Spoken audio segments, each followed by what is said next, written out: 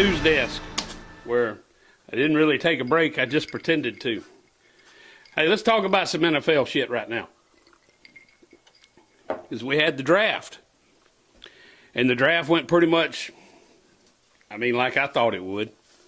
I didn't really see much of any surprises. I am surprised New Orleans took a center with their first round pick. Now that, I was a little confused. I'm a Saints fan, I didn't understand why we took a center, but Peyton is a hell of a coach, and us Saints fans just got to trust that he knows what the hell he's doing. But let's talk about the draft. Burrow. Nobody was surprised to see Burrow go number one, all right, to the Bengals. Nobody was surprised about that. But he should get the Bengals going in the right direction. We've been knowing for months that the Bengals were going to choose Burrow. Now, Miami had a couple of first-round picks, and I thought, in the beginning of all the discussions, hey, Miami might trade both them first-round picks to Cincinnati, and Miami take Burrow and give Cincinnati 2 first-round picks, which they could have done a lot more with 2 first-round picks. Burrow is a beast, okay? Let's don't get nothing wrong. Nothing mistaken. But Burrow can't outplay 2 players, okay? When you can get 2 for 1, it's a pretty good deal. But it never happened, okay? Miami, I don't know if it was ever even in talks. But Miami didn't make a trade, so Cincinnati takes Burrow. We knew it was going to happen. Burrow's a winner. He's from Ohio. Cincinnati fans should be excited as hell right now. They should be jumping up and down for joy. Hey, we got Burrow. They got a hell of a quarterback. The kid almost got all the Heisman vote. He goes out there and he wins the national championship. He walks all over people. He's tearing the field up. So I think you put that up at Cincinnati, it damn sure improves their chances. It can't make their chances any worse because Cincinnati fans have been through hell. Okay, I don't know whoever you're a fan of, but I want you to think about it. If you're a fan of the Cowboys, or you're a fan of the Steelers, or the Patriots, whoever you're a fan of, if you're not a Bengals fan or a Browns fan, I don't think you truly understand exactly how bad it's been, unless you were a Saints fan through the 70s and 80s and the 90s. Yeah. Damn, them were some bad years. I can remember wearing a bag on my head in the Superdome. I can remember calling my own team the Aints when we'd go to the games in the Superdome. It was bad, but us old Saints fans know what Cincinnati fans feel like. Us getting Drew Brees is equivalent, and I'm going to tell you something. This is saying a lot now. This is saying a lot because you got to think. When Drew Brees came to the Saints, what happened? The Saints started making a run at the Super Bowl. Not in the first, not immediately, and you're not going to build a team overnight now. The Saints were not that good when Drew Brees came. The Bengals are not that good when Burrow comes, okay? And it didn't happen overnight. And it's not going to happen overnight in Cincinnati, but I'm going to tell y'all something, and I've never said this before, ever. And I think Drew Brees is possibly the best, and it's not because I'm a Saints fan now. Don't even start that shit. Oh, he's a Saints fan. Of course he's going to say Drew Brees is the best quarterback ever. I'm not saying it because I'm a Saints fan. I think Joe Montana was possibly the greatest quarterback ever still, in my opinion. Okay, but Drew Brees is right there. Tom Brady's right there. Brett Favre.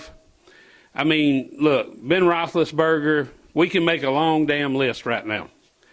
And they're all in the same list to me. Russell Wilson's in that list. Patrick Mahomes is working his way into that list. But, that's that quarterback that can go out there and get shit done, okay? Regardless if the entire team is perfect. That's your guy. Drew Brees is your guy. If you play fantasy football, which you should, and you should do that with the help of Garage Guys Fantasy Sports, okay? But if you play fantasy football, I'm sure you have chosen Drew Brees at some point in time, okay? I think, and I've never said this before, and this is as serious, I feel about this as serious as I do anything. Cincinnati just drafted their Drew Brees. And I give them 3 years. 3 years. I give them this year to get Burrow in the system. Okay, maybe they go out and win 4 or 5, maybe 6 games. I don't look for anything more than that. This year we get Burrow in the system up there in Cincinnati. Next year we use the draft to get him some weapons. The year after that, use the draft to build your defense. And the 4th season from now, you better watch out for Cincinnati, because they didn't bring Burrow there for the hell of it. They got to pay Burrow a lot of money. They got to pay him a lot of money, okay? They didn't bring him there for shits and giggles. Oh, we're going to go out and we're going to get Burrow, and that's all we're going to do. Now, they're not doing that. They're not doing that. I'm telling you what they're doing. They done went out and got Burrow. Now they're going to build a team around Burrow, and what happened, it's just recent history. What happened when Coach O went and built a team around Joe Burrow? That, what you call that, is the national champions at LSU, and there wasn't a close second. Let's don't mistake anything here. Let's call it what it is. LSU won the national championship last year. Everybody knows that. Okay, I'm not telling you something new. Okay, that's not what I'm telling you. But the something new that you might not have heard or thought about is there wasn't a close second. LSU finished national championship number 2, number 3, number 4, and number 5 in the country, in my opinion, all in one team. And the next team should have finished number 6. And I'm not so sure it's Clemson. It doesn't matter who it is. But what I'm telling you is LSU was so damn good, and if you don't want to admit that, that's fine, because you're being biased. What LSU just did for us this past season was they gave us something we've never seen before. They gave us the best college football team in the history of the game. They gave us the best college quarterback in the history of the game, and the only thing you can base this on when it comes to college quarterback is Heisman's. Okay, you cannot put anybody in the argument to be the best. You cannot say anyone, hey, I think the best quarterback in college football history was so-and-so, but he didn't win a Heisman. So if they didn't win a Heisman, they don't even get a mention. Okay? But Joe Burrow didn't just win the Heisman. He won the votes. And when I say he won the votes, he had the most votes in the history of the award. Because Coach O at LSU, now let's go back a minute. Coach O at Ole Miss, nobody's respecting the man. Everybody's tearing him down. They run his ass off. He lands out at USC. How dumb of a move was it by USC not to give Coach O the head coaching job on a full-time basis? They let him go, and they brought in someone. I don't even think they're there anymore. I don't keep up with USC. I'm just going to tell you right now, because when they did that, I was like, these guys are idiots. They don't understand that they have one of the best coaches in college football on their staff. They have one of the top 5 coaches ever, in my opinion, ever to coach college football on their staff. And I'm a Mississippi State Bulldog, so I didn't like Ole Miss. But when they let Coach O go and he wound up at USC, and I got to thinking about it, how do you go from Ole Miss head coach getting fired to now you're the interim head coach at USC? Is that by default? No, it's because they saw something in him, but they didn't look far enough. It was literally the dumbest thing I've ever seen. LSU knew what they were looking at. LSU knew when Les Miles left what they wanted to do. And they were not foolish about it. And they gave him the reins. And in a couple of years, he produced the greatest college football team in the history of the game. You can argue it all day long. I don't care. I've got my top 5 college football teams in history, and you've got your top 5. But I've studied a lot to develop my top 5. Joe Burrow, Coach O, damn. But, you know, having Burrow on the roster ain't going to hurt their chances. It's only going to help. It's only going to help. I know he's happy to be playing back in Ohio. But look, the Redskins took the 2nd pick. And they took Chase Young from Ohio State. He's a damn beast, son. He's a beast. So if I'm a Skins fan, I'm pretty excited right now. I saw what he did at Ohio State. I saw what he did. To me, Chase Young, hands down, best player on the Ohio State football roster. And let's talk about that for a second, because you're talking about Ohio State. Ohio State always has a great team. Ohio State always has a great coach. They always have a great quarterback. Ohio State's going to be in the hunt every year because the administration at Ohio State wants to win football games. They want to win basketball games and baseball games. And the administration at Ohio State, I think, is probably more excited about sports than probably any administration, college administration in the country. And that's a matter of opinion again. But I think that their administration at Ohio State love sports. They love to win. And Chase Young, and you know, saying that's how good the Ohio State football team is. And Chase Young, in my opinion, was the best, hands down, player on Ohio State's squad. And the Skins got him. The Redskins have that very man. So if I'm a Redskins fan, I'm like, hell yeah. This is getting good, baby. Because the Skins wasn't that bad last year. They need a little help. They fixing to get it. And then we come to the 5th pick. I had no doubt that Miami was going to pick Tua. I had no doubt in my mind. Now, Tua's back. I would put him right now at about 92%. Okay?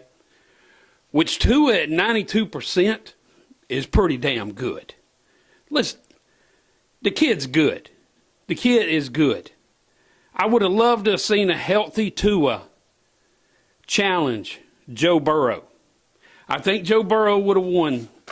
Now LSU might not have won the game, but I think Joe Burrow would have won the quarterback competition if Tua had been healthy. You know, and you got all these people down here in the SEC saying that the only reason LSU won the national championship game is because Tua was injured. Well, let me tell you something. You can't make no excuses. There's no backpedaling. There's no nothing. LSU won the damn national championship. It ain't no matter what, no kind of way, no matter who was healthy, no matter who was wrong, no matter whose Aunt Susie come to the barbecue or not. LSU's national champs. But Tua, if I'm a Miami fan, I'm shitting myself right now. I'm shitting myself. I'm going, oh, shit. And that's all I'm saying everywhere I go is, oh, shit. We got Tua. Oh, shit. Miami. Oh, shit, oh, shit, oh, shit. That's all I'm saying right now if I'm a Miami fan, because Tua is unbelievable. Tua is healthy. Tua, if you protect him in Miami, if you knuckleheads down there, and I say down there because I'm in Mississippi and Miami is down there. If you knuckleheads down there will protect the man, Tua is probably, now, don't misunderstand me. I'm not putting Tua ahead of Burrow. I'm saying Burrow, to me, is the best, greatest ever college football quarterback ever. Okay? But understand this. I analyze sports. I do this for a living, man. I'm telling you right now, I pay close attention to everything. And Tua is going to be the biggest impact player of the draft. And what I mean by impact player is I mean instantly. Okay? Because if you think about it, now listen, Miami was getting stronger as we were progressing last year. Okay? I can't believe I'm saying this because I don't like the Dolphins. Okay, I don't like the Dolphins. My brother-in-law was a Dolphins fan. I don't like the Dolphins.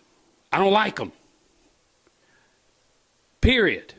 So this is a non-biased statement because I don't like them. I can't stand them. But I'm telling you right now, the impact Tua is going to make. Miami, you better be getting excited because you're going to the playoffs next year. Okay? Now I'm not saying you go into the Super Bowl. People be like, oh, shit, he's talking about these mofos going to the damn Super Bowl. He's so full of shit. No, that ain't what I'm saying. Quit your damn babbling. I'm stepping in this shit. Are you smelling it? Because I'm stepping in it. Me, are you smelling it? But I'm telling you right now, Miami, if you protect him, and I'm telling you, you got to protect him. If you don't protect him, he's going to get injured. And you can kiss the playoffs goodbye.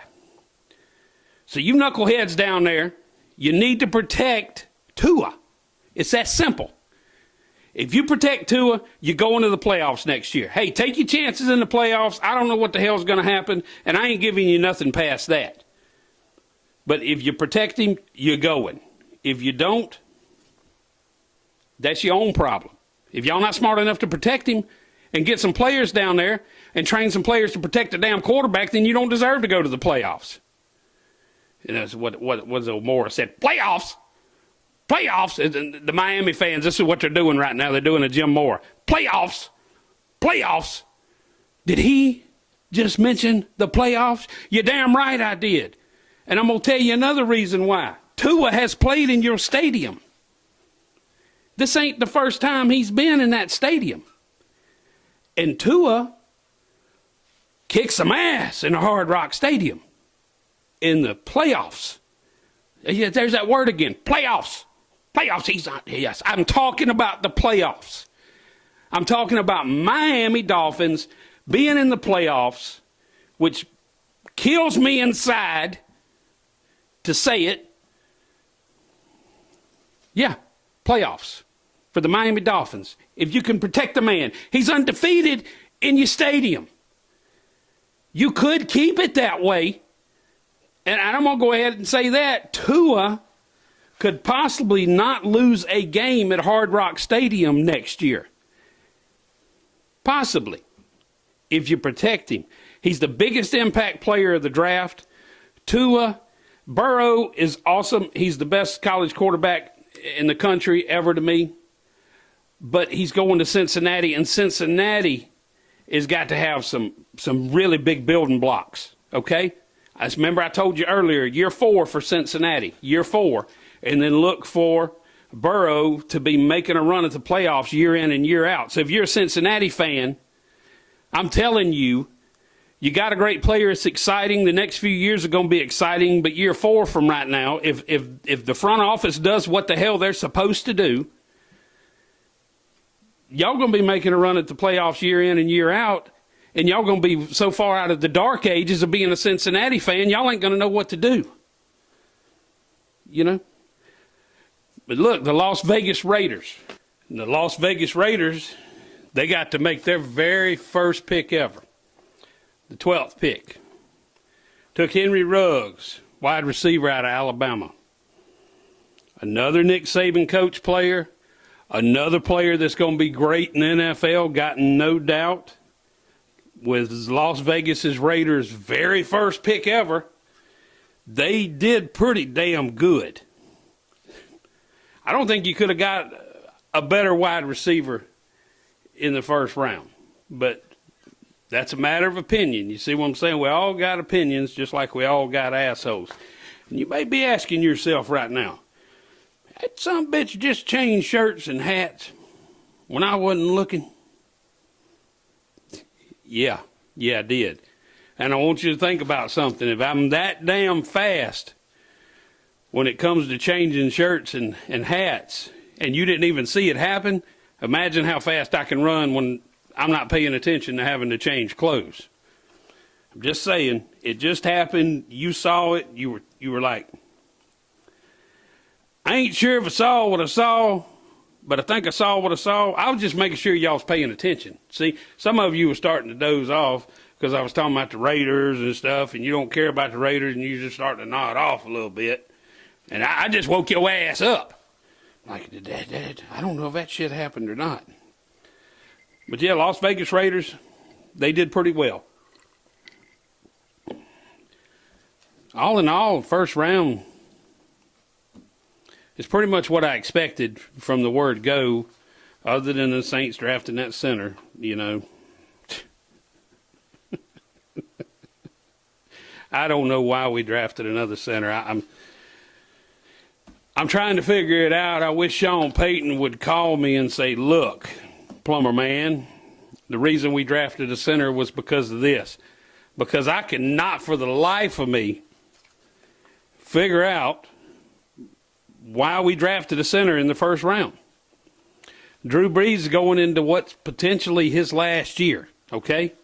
And that's something you don't say lightly. I mean, that was like when Joe Montana's last year came, you know, and it was like Brett Favre and John Elway and Dan Marino. And, I mean, we could just sit here and name them all day long. So it's potentially his last year. I would have liked to have seen us picked up maybe a hot wide receiver in the first round. I don't know. I guess that we need to be really good at the center position for some reason that I'm not real sure of. I mean, we were already pretty damn good, I thought. But maybe snapping the football is more difficult than I think it is. I don't know. But anyway, we're gonna take a little break here from the news desk. Got a little advertisement we're gonna run for you guys so we can pay the bills around here. Hey, we'll be back in a few more minutes with some more news desk, and I ain't bullshitting. Whoa, doggy! Bread ties, baby. We got bread ties.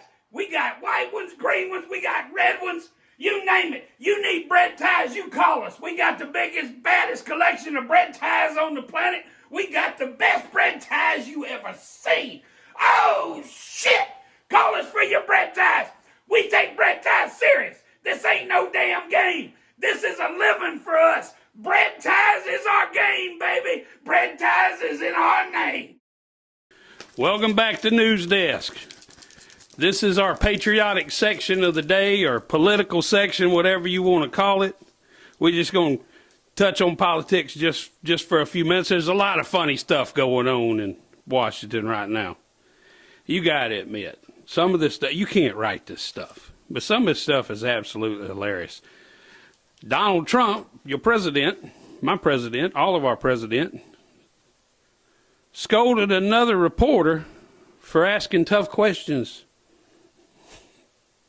Scolded them now. Chewed their ass out good. I mean, when it comes to an ass chewing from a president, I've never seen so many from a president that's public. Now, Reagan may have chewed his fair share of ass. I don't know. I don't know. Clinton might have chewed some. Well, Clinton, never mind about. We won't even mention ass and Clinton in the same sentence. We all know what happened there. But I'm just saying, presidents probably do some ass chewing. But Donald Trump's done a hell of a lot of ass chewing, public ass chewings. He asked a question, and Trump didn't like it. Told him he was a terrible reporter. That's what he said. I would tell America you're a terrible reporter. That's how I would answer that question. He gave it to him, bud. He gave it to him. But on the other side of the aisle, the Democrat challenger, Sleepy Joe Biden, says he wants a new stimulus package. A stimulator package way bigger than the $2 trillion. $2 trillion. Do you know how much damn money that is? He didn't specify the exact amount. He just said he wanted it to be bigger than the $2 trillion. $2 trillion is a lot of money. I know some companies that got the money they shouldn't have got it and all that's going on, but $2 trillion is a lot of money. But Sleepy Joe Biden said he wanted a bigger stimulator package than the $2 trillion. He didn't specify the exact amount, and then he abruptly fell asleep at an undisclosed location. He may not be able to stay awake long enough to challenge Trump. He just woke up long enough to make some crazy-ass statement about wanting it to be more than $2 trillion, and then abruptly fell back asleep. I don't get it. But anyway, that's what's going on in politics. That's all I'm going to talk about politics. I didn't want to talk about politics to damn begin with, but the news is the news, and we got to respect that because we don't want to be the fake news. There ain't no fake news up in here. We bring this shit just like it sounds.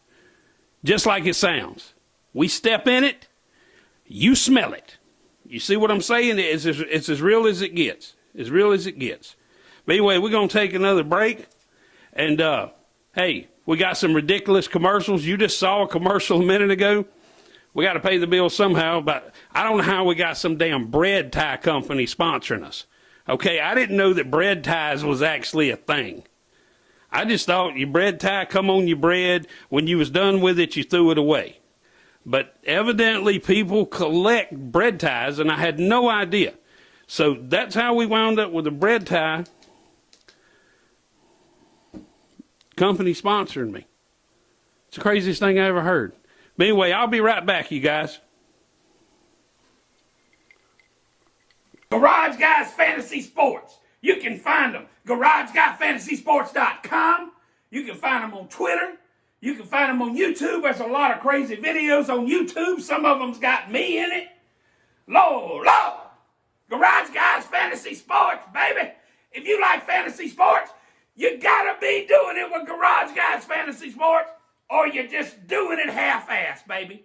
Woo! Welcome back to the news desk, baby. All right, let's hit on the NBA. There's a little bit going on. There's not a lot. There's not a lot going on in sports in general, okay?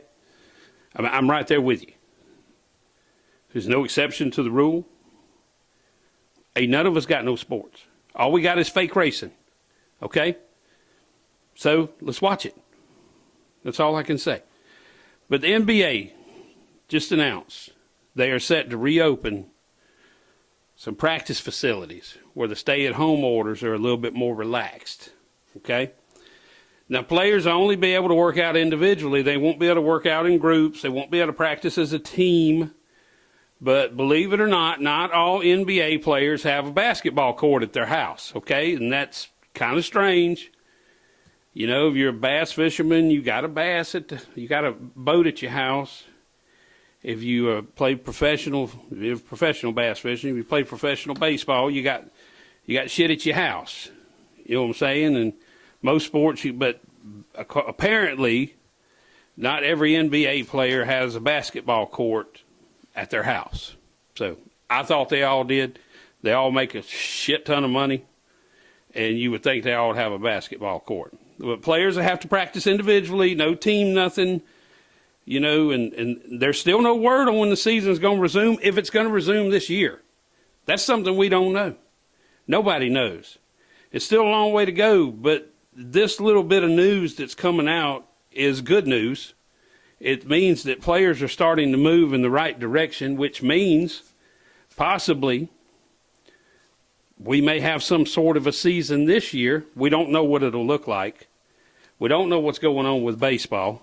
There's too many stories. We're going to play in Japan. We're going to play in Arizona. We're going to play out in the middle of the water. We're going to go play on the damn moon. I don't know. I don't know. You know, so, I mean, I don't know what to say about baseball right now. There's really nothing you can say. I'm just looking forward to hopefully getting racing going. If it happens May the 17th, that's unbelievably awesome. If we have the Coca-Cola 600 Memorial Day weekend, I'm probably going to cry. And I don't cry, but I probably am, because it's been a long road, folks. Us sports fans, we've been screwed. We've been screwed over.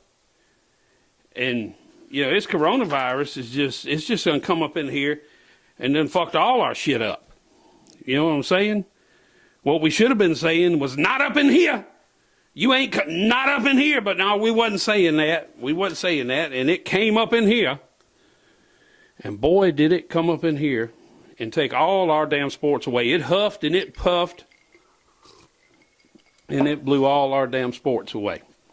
But just a little recap of the show, man. These are the points you should take home and think about every day for the rest of your life. Jeff Gordon's running in the I race. Okay? Joe Burrow is now a Cincinnati Bengal. Cincinnati fans ought to be about just jumping up and down. Ought to be just, man, damn.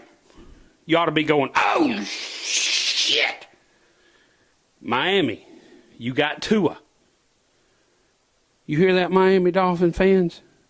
You got Tua. I want you to let that sink in for a minute. That ain't sank in yet. I'm trying to tell you something. You ain't listening. Miami fans, you got Tua. You got Tua. If you protect him, you're going to the playoffs. If you don't, you won't. It's that damn simple. He's the biggest difference maker of this draft. He is the guy that is going to get on the field and lead his team to victory after victory after victory instantaneously. Burrow cannot do that. Burrow can win a few games this year. These are just cold, hard facts. We already went over Cincinnati's 4-year deal. All right, we already did that. So just keep that in mind. It's not going to happen this year for you, Cincinnati, but it damn might happen for Miami.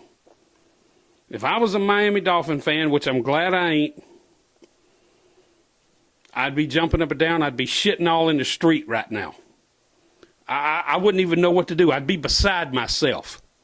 Because y'all been through some pretty bad years. Let's just get to the bottom of it. Miami ain't been that damn good since Marino retired. Okay? Now you got you a quarterback. You got you a quarterback for today and the future. Protect his ass. Please. Don't let him get injured. I'd like to watch him play. I'd love to watch him play. But anyway, that's it for News Desk, guys. This is our first episode. I hope y'all enjoyed it. I enjoyed doing it. Y'all have a good one. Appreciate you.